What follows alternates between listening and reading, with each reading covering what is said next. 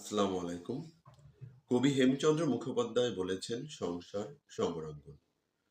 যুদ্ধক্ষেত্র সংসারকে যুদ্ধক্ষেত্রের সাথে তুলনা করা হয়েছে। যুদ্ধক্ষেত্রে যেমন ঘাত প্রতিঘাত জয় পরাজয় থাকে, সংসারে তেমনি ঘাত প্রতিঘাত দুঃখ কষ্ট যন্ত্রণা থাকে। সেই প্রকৃত বীর যে সংসারে সকল ঘাত প্রতিঘাত সহ্য করে টিকে থাকতে পারে।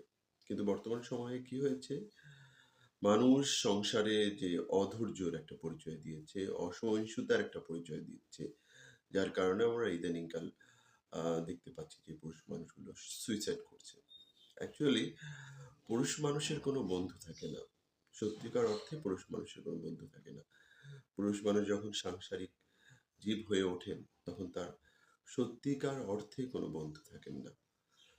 এই পুরুষ মানুষ সবসময় তার সংসারের যারা আপনজন তাদের নিয়েই কিন্তু ব্যতিব্যস্ত থাকে এবং তাদের নিয়ে তার চিন্তা চেতনায় তাদেরকে নিয়ে সে নতুন পৃথিবী গড়ে। তার পুরনো পৃথিবী তার কাছে তেমন গুরুত্বপূর্ণ না, বা পুরনো পৃথিবীর মানুষের সাথে তার যোগাযোগ নয়।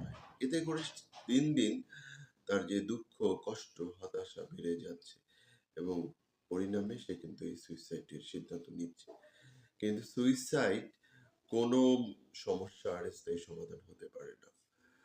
আপনি মানুষ সামাজিক জীব হিসাবে অবশ্যই সে যদি তার পরিবার আত্মীয় স্বজনের সাথে সাথে যদি সে বন্ধু বান্ধবের সাথে যদি একটা যে ব্যালেন্স, আমরা যেটাকে বলি সম্পর্কের যে ব্যালেন্স যদি রাখতে পারে, তাহলে আমি মনে করি এই সমস্যা কোনো সমস্যা নেই। কিন্তু বিষয়টা হয় কি, একতরফা ভাবে বিষয়টা হয়ে যায় যে তার দুঃখ কষ্ট আনন্দ অনুভূতি সে কারো কাছে শেয়ার করতে পারে না। এবং আমাদের সমাজে একটা প্রচলিত বিষয় আছে যে পুরুষ মানুষের দুঃখ কাউকে বলতে নেই, বা নিজের সংসারের কথা কাউকে বলতে নেই। তাহলে কি হবে, আপনার এই দুঃখের কথা নিয়ে কেউ আপনাকে মজা